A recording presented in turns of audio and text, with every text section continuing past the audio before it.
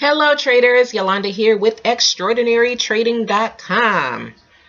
Guys, I am creating this video in response to a question from a subscriber who asked for some advice on where to place stop losses. Now, I remember, the challenges with, not knowing how to identify a trend, not knowing where to place my profit target, not knowing where to place my stop loss. So we've all been there. It's not necessarily that traders don't want to place a stop loss. They frequently just don't know where to put it, just like they don't know where to put their profit target. Okay. So what you see is a lot of traders will just have a standard stop loss and profit target. So standard profit target and stop loss of 10 pips or 20 pips or 50 pips or whatever the number may be. That is a good first step, but ultimately you want to get to a place where you are placing your stop losses based on price action and support and resistance. That's how I rack up just hundreds and hundreds of pips each week. Okay, that's the ultimate. However, if you are a newer trader, you probably aren't there yet. You're not at the place where you can trade price action really well or necessarily identify support and resistance levels, which is pretty easy to do, the latter. So I am going to show you a strategy that I have used in the past that is a profitable strategy. Okay. Another thing that I will tell you before I walk you through this strategy is that, most traders are focused on becoming this, elite trader. And that's a great goal to have. However, realistically, it's like the chances of someone becoming an elite trader is like the chances of becoming the CEO of a Fortune 500 company. It's just reality. And I'm not saying that to discourage anyone. I'm just saying that's realistically what it's like. So the advice I would give you, and this is what I would do if I were starting all over. This is what I would do. I would focus on growing my account, doing whatever it takes to grow my account. Because what you will find is a lot of wealthy traders are mediocre traders. Many of them are. However, they make a lot of money from trading because they have huge accounts. If you've got a big account and you can put on a trade and go for a 10 pip profit and you make $40,000 or $50,000 off of that, you don't need to be a great trader really in order to make a lot of money. Okay, you do need to know how to get out of the trade if it goes against you. But I'm saying that just because someone is a wealthy trader does not mean that they are a great trader. And if I had to start my trading career all over again, I would focus on account growth. I wouldn't downplay the importance of developing good trading skills because that is important, but I would treat account growth as equally as important. Okay? Just my tip. Take it for what it's worth to you. So I am going to show you this strategy that will help you with planning your entries as well as helping you with knowing how to exit a trade. And like I said, this is not the ultimate state where you want to be, but it will help you get there. Okay. So what I've got on my chart here are Bollinger Bands. Okay. Most of you have probably heard of Bollinger Bands. Okay.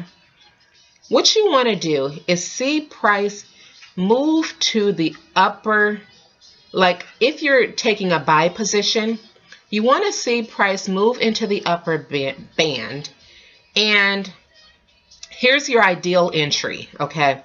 You want to see price close outside the upper Bollinger Band and then pull back like right here, pull back to the middle band, but not close beneath it.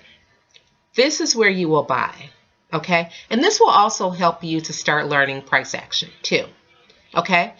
Stay in that trade. So you're buying right here. You see here where price, this green candle, price came down here, crossed the middle band, but it didn't close underneath it, okay? So you're buying right away, as soon as that candle closes.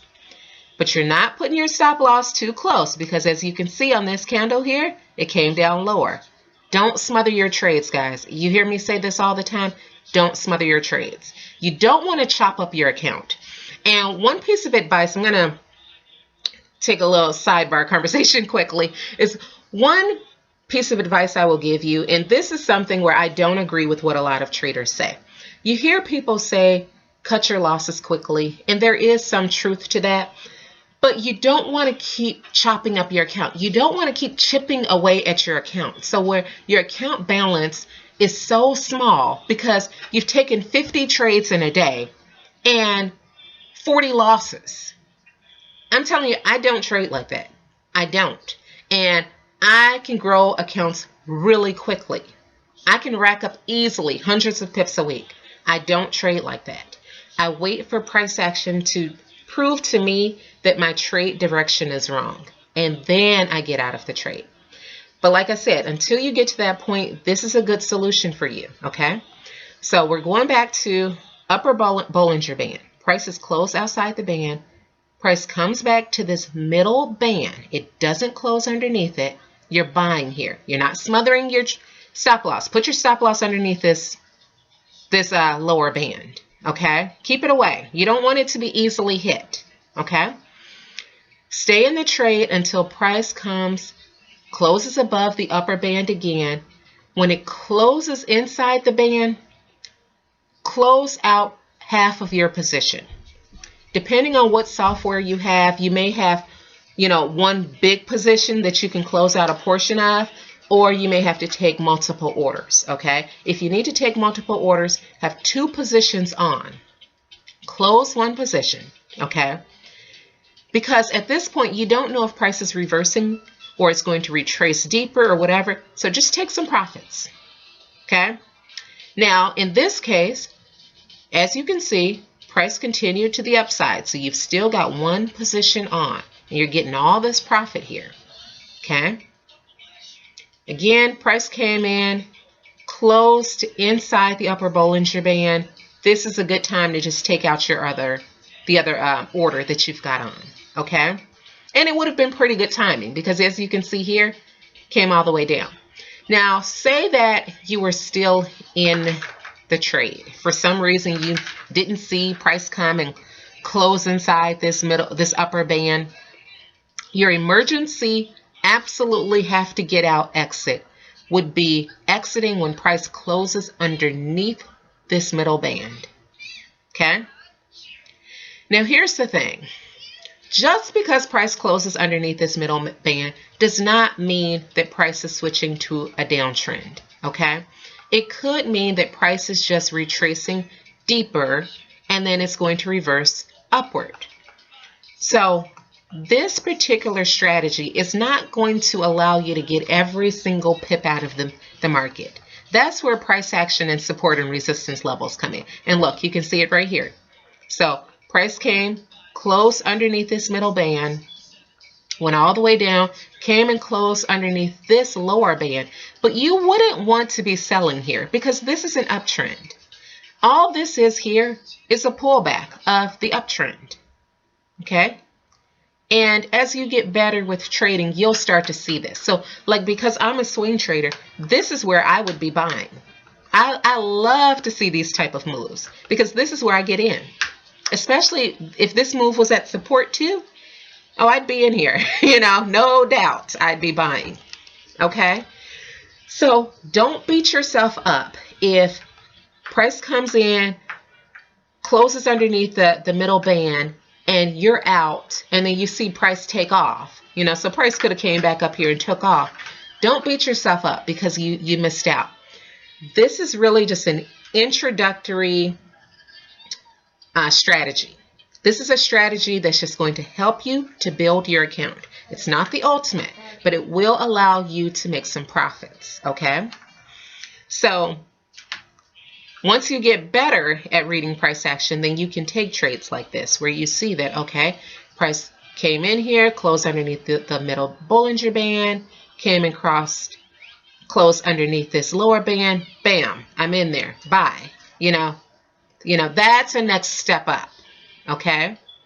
If you need to use technical indicators. And I totally get it. When you are a newer trader, especially trading Forex, it is difficult to trade without technical indicators. It's hard to figure out what the trend is. I remember, the days of looking at my charts and saying, how in the heck am I supposed to know what direction price is moving in? And I was previously day trading stocks and having some pretty decent success at it. I had like some $12,000 profit days, day trading stocks.